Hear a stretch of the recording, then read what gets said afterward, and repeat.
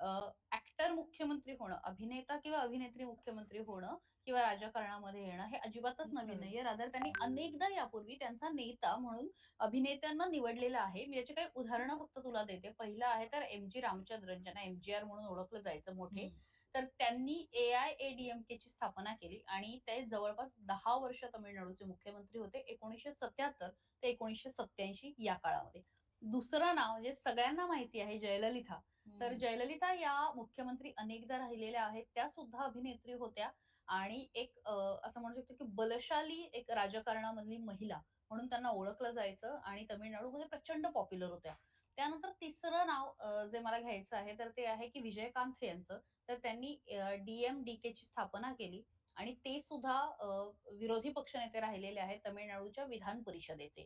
यासोबतच स्टॅलिन यांचे पुत्र असलेले उदयनिधी स्टॅलिन जे आहेत, तर ते आता ॲक्टिव्ह पॉलिटिशियन आहेत, स्पोर्ट मिनिस्टर आहेत.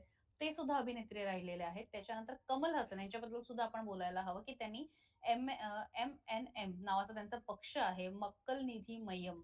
तर त्या पक्षाची स्थापना त्यांनी 2018 मध्ये केली आणि 5वं नाव अर्थातच विजय यांचं, की ज्यांनी पॉलिटिकल पार्टी जी आहे, तर ती त्यांची स्थापन केली टी-व्ही-के आणि त्यानंतर आज ते जवळपास सत्तेच्या पोहोचलेले आहेत. त्यामुळे तमिळनाडूमध्ये मुख्यमंत्री किंवा नेता आणि अभिनेता हे काही पहिल्यांदा घडत नाही किंवा पहिल्यांदाच तमिळ लोकं हे कोणाला भुलून मतदान करतात असं म्हणून चालणार नाही. यापूर्वी सुद्धा त्यांनी अनुभव घेतलेला आहे आणि त्या विचारातूनच कारण आपण जे म्हणतो, की पब्लिक है सब जानती है, जनतेला सगळं माहिती असतं आणि त्याच पद्धतीने विजय यांची निवड त्यांनी केलेली आहे.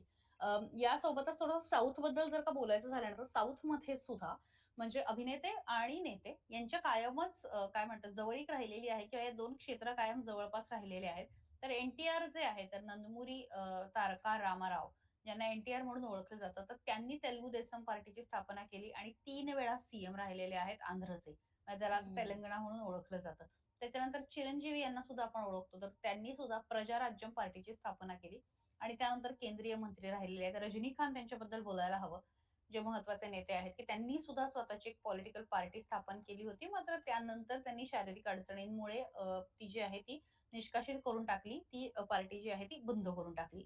त्यानंतर खुशबू सुंदर आहेत, तर त्या सुद्धा मेनस्ट्रीम पॉलिटिक्समध्ये ॲक्टिव्ह आहेत. त्यामुळे साऊथमध्ये ॲक्टर्स जे आहेत ना, ते म्हणजे पवन कल्याण यांच्याबद्दल बोलायला हवं, की जनसेना पार्टी आहे त्यांची आंध्र प्रदेशमध्ये.